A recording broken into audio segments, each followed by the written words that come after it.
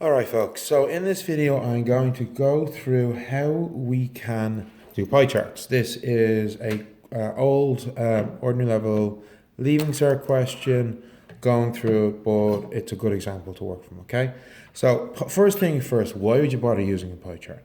Well, the main reason to use a pie chart is that it's a very good way to demonstrate categorical data. We want to show which groups are bigger than other groups, okay? Now, pie charts, there is a bit of a trick to them, okay? In that we have to remember we're dealing with circles, so that means we're dealing with angles. And first of all, we have to remember that there are 360 degrees in a circle. So we have an example here of homes, that homeowners who have valued their homes in different brackets, okay? And the percentage of homeowners in each bracket, okay? So we're asked to illustrate each of these groups in our pie chart. So whenever you want to draw a pie chart, what do you do? Well, the first thing you do is draw a circle. And I mean do it properly, use a compass, okay? You draw a proper circle, then you go to the dot where your needle was and draw a straight line out, okay? That's our first step. This has already been done for us in this past paper, so it saves me 30 seconds, okay? So you draw a circle, straight line from the middle, out, okay? Next, we need to look at our group, okay? So in this case here, they've given us numbers that are percentages, okay?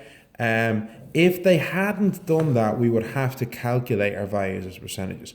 So let's say this was like 27 houses out of 200. Well, we'd need to go and calculate 27 divided by 200 equals times 100 equals 13.5%. You'd need to calculate the percentages for each group, okay, before you could do anything else. So this is one of the problems with pie charts. There's a bit of extra work involved in them if you're asked to do one, okay? Although people love them because they think they're really pretty and easy to look at, they're not that useful and they can be a bit of effort, okay? But in this question, they've already done this for us. They've said, okay, well, we've got our percentages, okay? So now what I need to do is I need to figure out, well, what is this 24.9% of 360? Because I need to find out what that angle is. So the simplest way to do this is multiply. Remember, brackets means multiply each thing by this as a decimal. So move the decimal point 2 places to the left. So 24.9% is the same as 0.249. 360 multiplied by 28.6 is 0.286. 360 multiplied by 21.9%, 0.219. Okay? 360. So you can see what I mean? There is a bit of work in these, okay? Multiplied by 10.4%, 0.104. 360 multiplied by 4.9% is 0.049. It's 4%, so it's 0.04. If it was 40%, it'd be 0.4. And then 360, 9%, 0.093. So I'm going to do each of these sums now. Okay? So we've got 360 times 0.249 equals 89.64. Not a nice even number. 360 times 0.286 equals 102.69. Okay? 360 times 0.219 equals 78.84. 360 times 0.104 equals 37.44. 360 times 0.049 equals 17.64. 360 times 0.093 equals 33.48. Now I need to draw my angles. Now I'm going to say, first of all, I'm going to be rounding these all off to the nearest degree. Okay, so instead of 0.89, I'm going to say 90. Okay, so what do I do now? I have to get my protractor. So we had a compass, we need a protractor. This is why you need your math sets when you go into a state exam. If I don't have a compass and I don't have a protractor, I cannot do this question. So we get our line here that we've drawn and we put this cross section here directly over. So this cross arrow goes right over the end of my line. I want to have it perfectly over it so I can no longer see the line. And then I put a little dot up here over 90 degrees. And now I'm going to get my ruler and I draw a line. And I must now immediately clearly label this category. So this is 0 to 100,000. Next is 102.9, so it's 103. We now have to turn our pie chart. And I line this all up again. And I go around from 0. You're always going from 0, okay? Where the line, the 0 touching the line is what we're reading. So I'm not starting over here because the line isn't over here, it was here. So, because there's numbers going this way and this way. Students are always confused which one do I read. You start at 0, that is touching the line. Okay? So 0 all the way up to 100.3. So there's 100, 101, 102, 103. And draw your dot. Okay? And we draw our line. Now, my line is going to stop here at the circle. I'm not going to go all the way to the dot. The dot's outside the circle because my protractor is bigger than my pie chart circle is.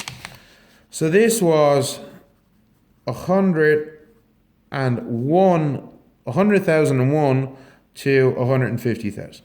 Okay? And now we go again. Here, we have to keep turning this thing, okay?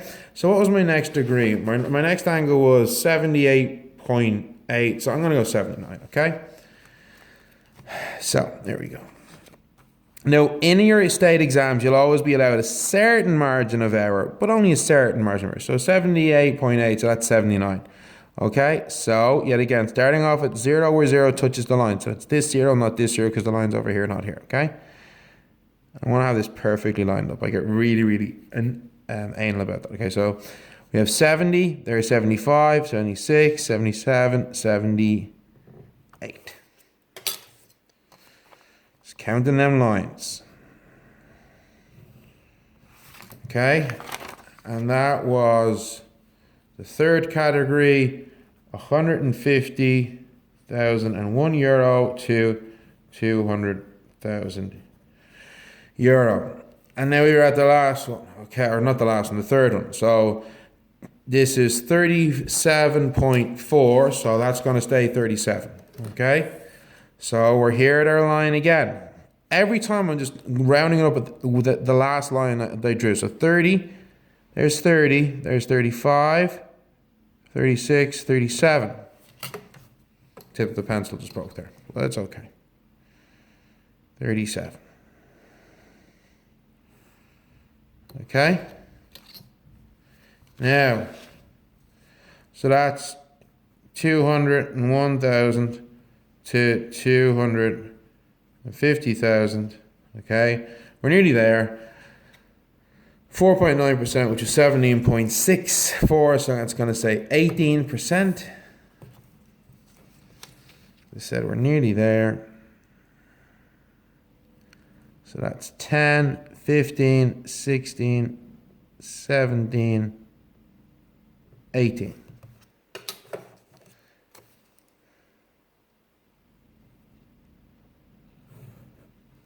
Okay.